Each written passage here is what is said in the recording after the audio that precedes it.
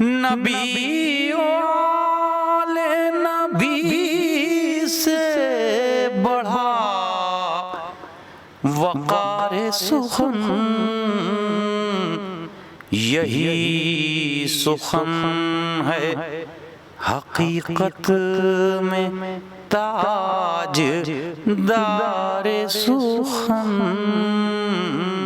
اللہم صلی اللہ محمد وآل محمد. آئیے ہم بہت ادب اور احترام کے ساتھ ان کے حضور پہنچتے ہیں اور بےحد ادب اور احترام کے ساتھ علامہ حجت الاسلام مولانا سید ذکی باقری صاحب قبلہ سے درخواست کرتے ہیں کہ وہ تشریف لائیں اور آج کے اس خاص موقع پر آپ حضرات سے گزارش ہے ایک بار پھر بلند آواز میں نعرہ صلوات پڑھ کرتے ہیں. اللہ صلی اللہ محمد وآل محمد. اللہم صلی اللہ محمد وآل محمد. میرے دونوں جانب بیٹھی ہوئی مجھ سے زیادہ قد آور شخصیتیں اور آپ کے یہاں شریک ہونے والے ایک ایک شخص یہاں پر بہت ہی محترم ہیں. آپ کی خدمات میں السلام علیکم ورحمۃ اللہ. وفوض امری اللہ ان اللہ بصیر بالعباد ولا حول ولا قوة الا باللہ العلی العظیم. اعوذ باللہ السمیع العلیم من الشیطان الرجیم. بسم اللہ الرحمن الرحیم. الحمد للہ والصلاة والسلام علی رسول اللہ وآلہ آل اللہ لا سیما بقیت اللہ. ربنا لا تؤاخذنا ان نسینا واخطأنا ربنا ولا تحمل علینا اسرا کما حملته علی الذین من قبلنا ربنا ولا تحملنا ما لا طاقة لنا به واعف عنا واغفر لنا وارحمنا انت مولانا فانصرنا على القوم الكافرين. اما بعد فقد قال الله بسم الله الرحمن الرحيم انا اعطيناك الكوثر. سب سے پہلے میں مقدمتاً دو باتیں عرض کرنے جاؤں گا. اس کے بعد یہاں پر یہ شخصیت ایسی ہیں کہ جہاں پر زبان بھی کھولنا آسان کام نہیں. میں ایک طالب علم ہوں. ہم لوگ عبودیت عباد سے نکل کر عبودیت معبود تک پہنچ جائیں تو ہماری معراج ہے. میں کینیڈا سے آؤں یہ فخر میرے لیے نہیں ہے. میں علی پور بنگلور سے تعلق رکھتا ہوں. علم کسی مقام سے متعلق نہیں ہے, کسی زبان سے متعلق نہیں ہے. علم ایک الگ چیز ہے. مقام میں کسی کے رہنا, کسی جگہ پہ رہنے سے آپ کا کوئی مقام بنتا نہیں ہے. یہ پہلا مقدمہ. دوسرا جو ہے, میں آپ سے گزارش کرتا ہوں جن حالات میں انسان رہتا ہے آج کل کی دنیا میں, دنیا کہہ رہی ہے کہ گلوبل ولیج ہے. حقیقت میں گلوبل ولیج ہے. سیکنڈوں میں what's up not every thing messages جاتے ہیں, کہاں ہوں کیا نہیں کہاں پر. آپ سیکنڈوں میں معلوم کر لیتے ہیں کہ ایک شخص کہاں پر ہے اور منٹوں میں ساری دنیا سے کمیونیکیٹ ہو رہا ہے. اس گلوبل ولیج میں انسان کا انسان رہنا مشکل ہو گیا ہے اور اس انسان کو انسان بنانے کے لیے کچھ شخصیات نے اپنے نقوش کو چھوڑ دیا ہے تاکہ اس پر چل کر صراط مستقیم پر قائم ہو سکے. یہ میری لفظی نہیں, حقائق کی بات ہے. اب آپ سے گزارش ہے, خصوصاً میرے وہ برادران جو اسلام سے مربوط نہیں ہیں, ہندو بھائی ہمارے, کرسچن بھائی ہمارے, جبھی پرنس ہمارے ہیں تو ان سے میں نے استفادہ کیا. ان سے گزارش ہے کہ اسلام کو مسلمانوں سے نہ سیکھیں,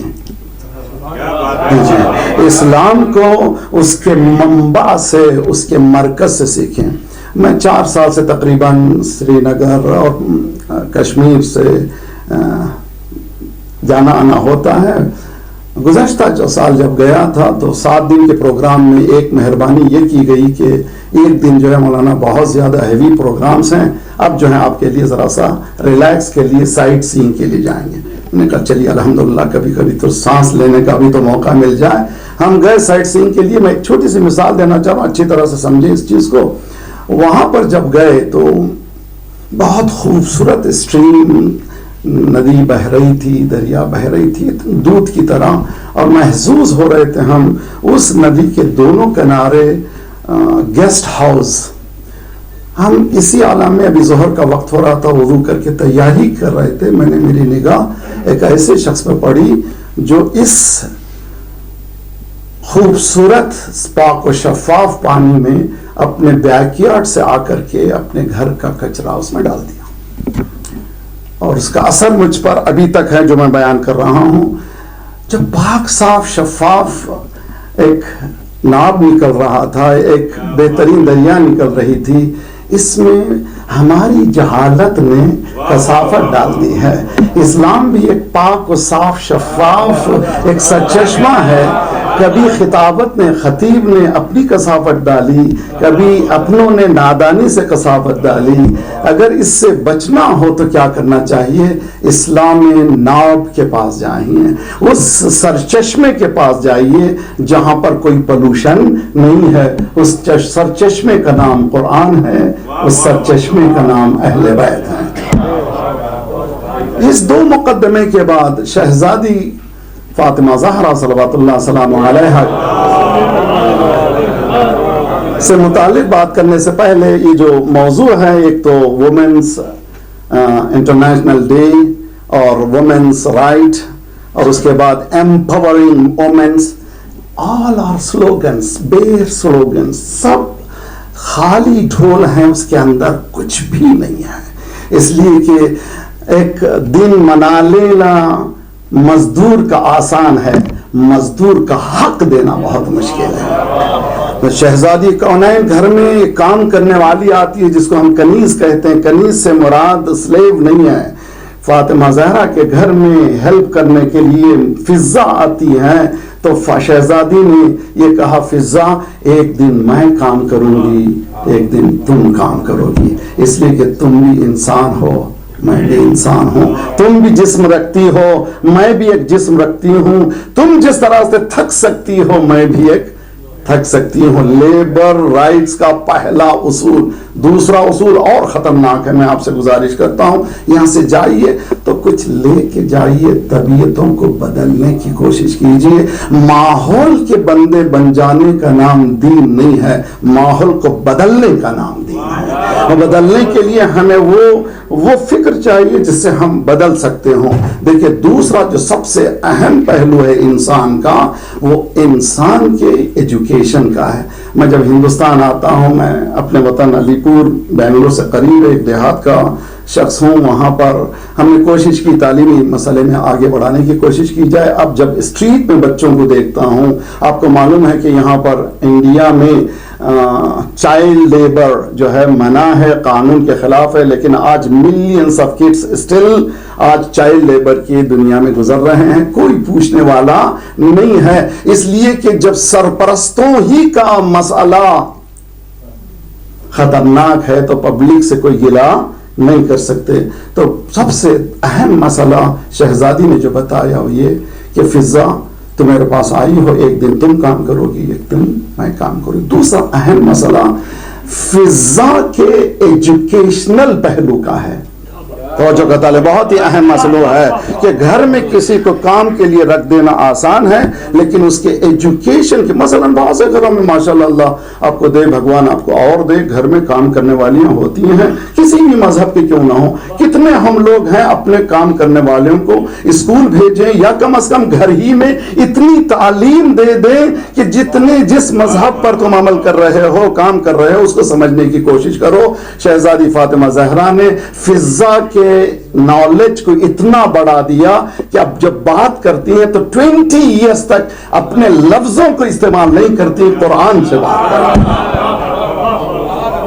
یہ دو پہلو بہت اہم پہلو ہیں۔ امید ہے کہ ہم لوگ ان پہلوؤں پر ذرا کام کرنے کی کوشش کریں گے، جس سے ہم ہندوستان کی تقدیر بدل سکتے ہیں، گلوب کی تقدیر بدل سکتے ہیں۔ جس گھر کے اندر آپ کے اندر جو کام کر رہا ہے، اس کے پاس آپ کے پاس اس کی دو ذمہ داریاں ہیں۔ اگر آپ سرپرستی رکھتے ہیں، اس کے جسمانی حقوق کو بھی ادا کیجئے، اس کے روحانی حقوق کو بھی ادا کیجئے۔ یہ پہلا مرحلہ۔ اب آئیے آگے بڑھ کر کسی بھی شخصیت کو پہچاننے کے لیے سرکمسٹانسز کو سمجھنا بہت ضروری ہے۔ کسی بھی ہسٹری کی میں نہیں سمجھتا شہزادی کے لیے کسی کو بھی سمجھ نہ ہو تو فوراً ڈیسیشن مت لیجئے، گو ڈیپ جانے کے لیے قرآن بہت ہی خوبصورت کتاب ہے، اور امید ہے کہ جو نان مسلمس ہیں اس کو بھی پڑھیں۔ کہیں پر قرآن یہ نہیں کہتا جس طرح سے آج آئسس کہہ رہی ہے، داعش کہہ رہی ہے قتل کرو، خون بہاؤ۔ خون بہانے کا نام دین نہیں ہے، خون دینے کا نام دین ہے۔ اگر عقل اور حدود شریعت میں سامنے رکھا جائے، دین نے اس طرح کی کوئی تربیت کسی بھی مذہب نے نفرتوں کی نہیں دی ہے۔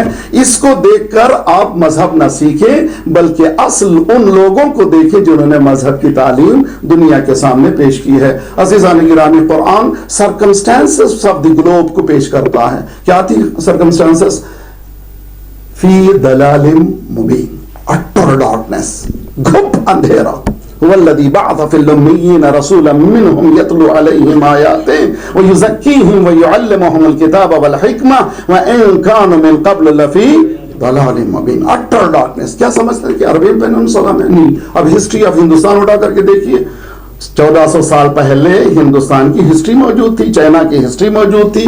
ہندوستان میں کلچر کیا تھا، ہندوستان میں اخلاق کیا تھے، ہندوستان کی صلاحیت کیا تھی، وہ سب کو اسٹڈی کیجیے۔ چائنا کی اسٹڈی کیجیے، ہسٹری کی، پتہ چلتا ہے نہ صرف عربین پیننسولا میں پرابلم تھی بلکہ پورے گلوب میں پرابلم تھی جہاں پر انسان کا کوئی حق نہیں تھا۔ قرآن مثال دیتا ان میں سے ایک، اذا بشر احدهم بالانثى ظل وجهه مسودا وهو كظيم، جب کبھی بیٹی کی پیدائش کی خوشخبری دی جاتی تھی۔ قرآن کے الفاظ پہ صدقہ ہونا چاہیے۔ قرآن نے یہ نہیں کہا کہ خبر دی جاتی تھی، اذا بشرا یعنی بشارت دی جاتی تھی بیٹی کے پیدائش کی، اس کا چہرہ سیاہ ہو جاتا تھا اور وہ غصے کے مارے یہ سمجھ نہیں پاتا تھا ام یدثہ فی التراب، کیا میں اس ذلت کے ساتھ زندگی بسر کروں یا اس بچی کو جو ابھی سانس لے رہی ہے زمین کے اندر دفن کر دوں۔ ہزاروں لڑکیوں کو دفن کر دیا گیا۔ قرآن پوچھ رہا ہے بِأَيِّ ذَنبٍ قُتِلَتْ، کس وجہ سے اس کو قتل کیا گیا؟ ہم یہ سمجھ رہے ہیں کہ بہت ترقی کر گئے، ماشاءاللہ ایوری 2 months ایک نیا ٹیلی فون آ رہا ہے، نیا ڈھنگ آ جا رہا ہے۔ پہلے ٹی وی بہت موٹا تازہ تھا، عبداللہ ہوتے ہوتے وہ شیطان بھی بہت ہی پتلا ہو گیا ہے، اور انسان سمجھتا نہیں ہے کہ یہ قوت انسان کی اپنے ہاتھوں سے کھو رہا ہے۔ اسی لیے قرآن یہ کہہ رہا ہے کہ جب بھی قرآن پڑھو، اذا قرئ القرآن فاستمعوا له، جب قرآن پڑھا جاتا ہے غور سے سنو، فاسمعوا نہیں ہے، فاستمعوا له۔ اس کے بعد قرآن پڑھنے کے لیے کہا جب کبھی قرآن پڑھو فاستعذ باللہ من الشیطان الرجیم، اپنے آپ کو domain of the atlas powerful being which is اللہ سبحانہ و تعالیٰ، گاڈ کے ڈومین میں چلے جاؤ۔ اس کے بعد اس کتاب کو کھولو۔ عزیزان گرامی، میں آپ سے سوال کرتا ہوں، ہندوستان میں ابھی میں 30 ایئرس کی ہسٹری بتا رہا ہوں، ہندوستان میں nearly 20 million fetus has been aborted in India۔ 30 million, یہ جو میں اسٹیٹسٹک بتا رہا ہوں صرف ایک مخصوص یہاں پر ماشاءاللہ پڑھا لکھا مجمع ہے، اور امید ہے کہ ہم لوگ ذرا سا بیدار ہوں گے۔ وہاں پر چونکہ عربین پیننسولا میں اس زمانے میں نہ ہی اسکیننگ تھی، نہ ہی الٹرا ساؤنڈ تھا، نہ ہی پتا تھا کہ کیا ہے پیٹ کے اندر۔ اب اتنی ترقی کر گیا انسان کہ وہ جاننے لگا ہے، جیسے ہی سانس لینے لگتے ہیں پتا چل جاتا ہے کہ اندر کیا ہے۔ اس زمانے میں جہالت نے، توجہ کا طالب ہوں، جہالت نے لڑکی کو پیدا ہونے کے بعد دفن کیا، آج کے علم نے لڑکی کے پیدا ہونے سے پہلے دفن کر دیا۔ اور ہم سمجھ رہے ہیں کہ بہت زیادہ ترقی کر گیا۔ I am very sorry، ذرا سا بلنڈ بھی ہوتا ہوں میں، بعض وقت ترقی کسی نے نہیں کی، حتیٰ امریکہ نے نہیں کی، حتیٰ یوروپ نے نہیں کی، حتیٰ آسٹریلیا نے نہیں کی، حتیٰ فرسٹ ورلڈ نے نہیں کی، حتیٰ انڈیا بھی جو میزائلز بنا رہا ہے یہ ترقی نہیں ہے۔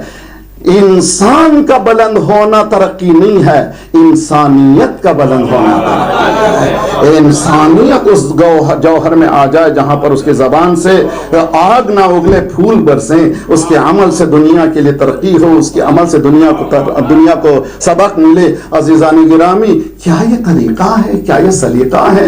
ہر روز اخبار، جس طرح سے بہت ہی بہترین محترم بات کی گئی، اخبار میں بھی پڑھنا چھوڑ چکا ہوں، جب بھی اخبار اٹھاتا ہوں سوائے گندگی کے کچھ نظر نہیں آتا. یہاں تک کہ ان بہوؤں کا جلنا اور جلانا ہر روز اخبار میں پڑھتے ہیں. تو معلوم ہے عورت کو مقام دینا ہے تو عورت اپنے ہاتھوں پر اپنے باغوں کو لے لے, مردوں کے حوالے نہ ہو جائے. بہت ہی اہم. لجام زندگی کو اپنے ہاتھوں میں لے, مردوں کے ہاتھ میں نہ دے. اس لیے کہ دین یہ سکھاتا ہے من عمل صالحا من ذکر او انثى فلنحيينه حیاتا طیبہ. جو عمل صالح کرے گا, جو سے مراد مرد ہو یا عورت ہو, کالا ہو یا گورا ہو, کوئی مذہب کا کیوں نہ ہو, جو سے مراد anyone who does good deeds. good deed کے معنی تسبیح نہیں ہے, acting what you believe. جس چیز پر بلیو کرتے ہو اس کا نام ہے, اس پر عمل کرنے کا نام ہے عمل صالحہ. کیا ہوگا؟ حیات طیب ملے گی, پاک و پاکیزہ حیات ملے گی. جب پاک و پاکیزہ حیات ملے گی تمہارا مسکرانا بھی ایک دنیا کی نگاہ میں مسکراہٹ نہیں ہوگی, سبق ہوگا دنیا انسانیت کو. فاطمہ زہرا جیسا کہ بہترین بات کی گئی کہ شہزادی مالکہ ہوتے ہوئے, شہزادی ہوتے ہوئے اس نے شہزادی نہیں کی بلکہ بتایا شہزادی کے معنی یہ ہیں خادم سید القوم خادمہم. سید قوم وہی ہے جو خدمت گزار قوم ہو, جو خدمت کرے انسانیت کی. فاطمہ زہرا نے چکی کو, آج کی دنیا میں بہت سے نوجوان لڑکیاں پوچھتے ہیں مولانا for our life we need to have our work done, اسی لیے بوتھ ہیز ٹو ورک. وہ لڑکی بھی کام کرے, وہ عورت بھی کام کرے, مرد بھی کام کرے. جب تک کہ دو کی انکم نہیں ہوگی اس وقت تک ہم لوگ آگے نہیں بڑھ سکیں گے. I'm not saying I'm against it, لیکن میں کہہ رہا ہوں کہ 1400 سال پہلے فاطمہ زہرا نے کیا سبق دیا؟ سبق دیا چکی پیس کر کے, لقد تمجلت یدا, اتنا پیسا کہ دونوں ہاتھوں پر گٹھے تھے. کیا کے لیے پیستی تھی؟ اس لیے کہ جو زمانے میں شہزادی گزری تھی اپنی زندگی کو, سب سے سیویئر پرابلم کا زمانہ تھا اکنومیکلی اسلام کے لیے. اسی زمانے میں 82 اور 86 مائنر اینڈ میجر وار ہوئے ہیں. جب کبھی ایسے وار ہوتے ہیں اکنومی پر اس کا اثر ہوتا ہے. اتنا اثر ہوا کہ مولا کائنات نے فرمایا ہے کہ میرے پاس ایک دن ایک ہی کھجور تھا, اس کے ٹکڑے ہم نے کھائے.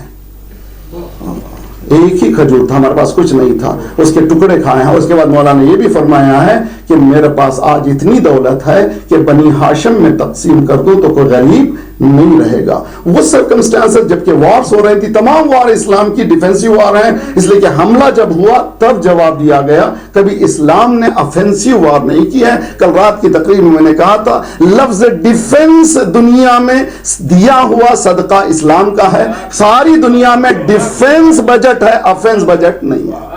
تو یہ بھی اسلام نے دیا ہوا ہے, کسی انسان نے نہیں دیا ہے. ڈیفینس کرو, کبھی افینس کرنے کا حق کسی کو نہیں دیا گیا. شہزادی کونین کا گھریلو زندگی میں اس ماحول کو پیدا کرنا میرے بہنوں کے لیے, میری بیٹیوں کے لیے, میرے نوجوان بچوں کے لیے خوبصورت ہے. Yes you need to work. دونوں لڑکے لڑکیاں, مرد عورت دونوں کام کرنا چاہیے تاکہ گھر کی گاڑی چلنے لگے. اس لیے کہ قیمتیں, زندگیاں بہت قیمتی ہوتی چلی جا رہی, مہنگائی بڑھتی چلی جا رہی, کام کرنا چاہیے. مگر فاطمہ زہرا نے کیسے مدد کی؟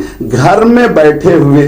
وہ فاطمہ جس سے پوچھا گیا عورت کی عظمت کیا ہے, کہ عورت کی عظمت یہ ہے کہ وہ نامحرم کو نہ دیکھے, نامحرم اس کو نہ دیکھے. وہی بی بی کیا کر رہی ہے؟ چکی پیس رہی ہیں, اس کی مشکل کشائی کر رہی ہے جو کائنات کا مشکل کشا ہے. یہ بتا رہی ہیں کہ اگر عورت چاہے تو مرد کی وہ شخص جو وہ خود کائنات کی مدد کر سکتا ہے, اس کی مدد کر کے بتایا. اور ایک ایمپاورنگ وومن, میں آپ کو سرکمسٹانسز بتاؤں میری بہنوں کے لیے خصوصاً, ذرا سا جھرجھری لیں اور ask your self where I am going, میں کون ہوں, میں کہاں جا رہا ہوں یا کہاں جا رہی ہوں. شہزادی فاطمہ زہرا جتنا اتنی باریک بینی سے بتاتی ہیں. مرد, قرآن بھی کہتا ہے پردہ مردوں کا عورتوں کا پہلے نہیں ہے. پورا قرآن اٹھا کر دیکھیے, پہلے قرآن کہتا ہے کہ مردوں کو کہ لوور یور گیز, تم اپنے آنکھوں کو نیچی کرو. تو مرد پردہ کرے, کیا کرے؟ آنکھوں کو نیچی کرو. چونکہ مرد فطرتاً خراب ہے, اللہ نے کہا یہ عورت سمجھ, یہ مرد جو ہے اپنی آنکھوں کو روک نہیں سکتا, بہتر ہے کہ تو چادر پہن لے تاکہ تو بچ سکے اس شیطانی تیروں سے. حدیث میں سرکار رسالت میں فرمایا ایک نامحرم کی نگاہ شیطانی تیر ہے. اسی لیے کسی مومنہ نے کہا ہے میں حجاب اس لیے کرتی ہوں تاکہ تیروں سے بچ جاؤں, پھر مجھے میک اپ کی ضرورت نہ پڑے. بہترین خوبصورت ہے طریقہ ہے. ہندوستانی کلچر میں اٹھا کر کے دیکھیے, ہندو کلچر میں اٹھا کر کے دیکھیے, ہمارے پاس ہندوؤں میں بھی وہ گھونگھٹ ہوتی تھی, سامنے چہرہ نظر نہیں آتا تھا. لیکن آج Hollywood, Bollywood, Lollywood کے کلچر نے ہمیں اس منزل پہ لا دیا کہ ہم اب اپنے وقار کو, اپنے اقدار کو بھولا چکے ہیں. لازم یہ ہے کہ ہم لوگ اپنے آپ کو اس مقام پہ پہنچائیں جس مقام پر آپ کا اپنا مذہب دعوت فکر دیتا ہے. ایک چیز جو بہت ایمپاورنگ کے لیے, عورت کے لیے بہت لازمی ہے, اور اس کے بعد آپ کی زحمت تمام کروں گا. میں ٹائم سینسٹیو بہت زیادہ ہوں, ٹائم کے اندر ہی گفتگو کرنے کا عادی ہوں, زیادہ بولنے سے کوئی فائدہ نہیں ہے, لیکن آپ لے کر کے جائیے, اور جب تک آپ عمل نہیں کریں گے کوئی اثر ہونے والا نہیں ہے. سب سے پہلے میں اللہ کی بارگاہ میں دعا کرتا ہوں جو بولتا ہوں اس پر عمل کروں, بغیر عمل کے کوئی اثر ہونے والا نہیں ہے. الاسلام کلہ عمل, اسلام کچھ بھی نہیں ہے مگر عمل. دیکھیے امپاورنگ کون ہے؟ شہزادیوں کہہ رہے کہ نامحرم کو نہ دیکھے اور نامحرم اس کو نہ دیکھے. وہی شہزادی جب ولایت کا مسئلہ آیا, جب رہبری کا مسئلہ آیا, مدینے کے ہر دروازے کو ناک کرتی ہیں, مدینے میں ہر دروازے میں جاتی ہیں, ناک کرتی ہیں. نکلتا ہے شخص, سلام علیکم, پہچانتے ہو یہ علی ہے, یہ فاطمہ ہوں. کیوں؟ حالات ایسے ہو چکے تھے جہاں پر فاطمہ زہرا کو بتانا تھا کہ اگر اب نہیں اٹھے گئے تو tomorrow is going to be too late. یہ ہے ایمپاورنگ. جہاں پر اس ماحول میں جہاں عورت کا کوئی مقام نہیں تھا, اس ماحول میں باپ نے تعظیم کر کے بتایا عورت دبانے کے لیے نہیں ہے, تعظیم کے قابل ہے. تو اور ایک بھی یہ بات سمجھ لیجئے, یہاں پر علماء اسکالرز موجود ہیں, بہت ہی خوبصورت شخصیات موجود ہیں, قد آور شخصیات ہیں. قرآن یہ کہتا ہے لقد کان لکم فی رسول اللہ اسوۃ حسنہ. رسول اللہ کی حیات میں آپ کے لیے مثالیں ہیں. یہ آئیڈیل شخصیت ہے, مینٹور ہے, اس کو فالو کرو. ٹھیک ہے, اس نے کیا کیا؟ ہمارے پاس علماء کہتے ہیں ان کا عمل, ان کا قول, ان کی تقریر حجت ہے. سرکار نے جو بتا دیا وہ ماننا سنت ہے, سرکار نے جو بتا دیا وہ ماننا فرض ہے, سرکار نے خود کر کے بتایا وہ ماننا حجت ہے. اس کے بعد سرکار نے بعض وقت نہ عمل کیا, نہیں بولا, بلکہ بعض وقت صرف خاموش ہو گئے دوسرے کے عمل کو دیکھ کر. وہ خاموشی خود ریکگنیشن ہے کہ اگر وہ برا عمل ہوتا تو سرکار کا ٹوکنا لازمی ہوتا. یہ ہے سرکار کی سیرت کا یہ جز. وہاں سرکار مرد تھے, عورت تو نہیں تھے. مردوں کے لیے قولی تبلیغ ہوئی, فعلی تبلیغ ہوئی اور تقریری تبلیغ ہوئی. اب ضرورت تھی عورتوں کے لیے کوئی ایسی شخصیت ہو جو قولی تبلیغ کرے, فعلی تبلیغ کرے اور تقریری تبلیغ کرے. کون کرے؟ اس لیے سرکار نے فرمایا فاطمہ تو بضعۃ منی, فاطمہ میرا ٹکڑا ہے. میرا کون ہے؟ وما محمد الا رسول. میرے سے مراد آپ شخص سے محمد نہ سمجھو, محمد نہیں ہے مگر رسول ہے. یعنی رسالت کا ٹکڑا ہے فاطمہ, صداقت کا ٹکڑا ہے فاطمہ, امانت کا ٹکڑا ہے فاطمہ, اور نبوت کا ٹکڑا ہے فاطمہ. اس نے اب یہ پہلو کو جو عورتوں کا ہے اس پہلو کو فاطمہ زہرا نے کس طرح سے پورا کیا. جب بھی عورت پیدا ہوتی ہے سب سے پہلے بیٹی کی شکل ہے, آگے بڑھ کر زوجہ کی شکل ہے, تیسری شکل اس کی ماں کی شکل ہے. یہ تینوں پہلوؤں کو 18 سال میں اس بی بی نے اس خوبصورتی سے پریزنٹ کیا کہ دنیا انسانیت ختم ہو جائے گی لیکن ایسی مثال نہیں پیش کرے گی. بیٹی ایسی بنی کہ خود سرکار دو عالم تعظیم کو اٹھ جاتے ہیں. اب میں آپ سے علماء سے سوال کرتا ہوں, سنت کیا ہے بھائی؟ سنت کس کو کہتے ہیں؟ جی سنت عمل رسول کو کہتے ہیں. آج کسی مولوی میں یہ دم نہیں ہے یہ کہے کہ باپ کا بیٹی کے احترام کے لیے کھڑے ہو جانا سنت ہے, نہیں کہتے. تو معلوم ہوا یہ احترام جو ہو رہا تھا بیٹی کی حیثیت سے نہیں تھا, وہ جو نبوت کا حصہ پورا ہو رہا تھا اس نبوت کے حصے کو پورا کرنے والی فاطمہ زہرا تھی. لازمی تھا کہ وہ ایکول پارٹنر کا احترام کرے. جیسے سی ای او بیٹھا ہوا ہے, چائے لانے والا چائے لاتا ہے, دروازہ کھولنے والا کھولتا ہے, ہزاروں آتے جاتے ہیں, وہ پرواہی نہیں کرتا, اپنا کام کرتے بیٹھا ہے. لیکن اگر کوئی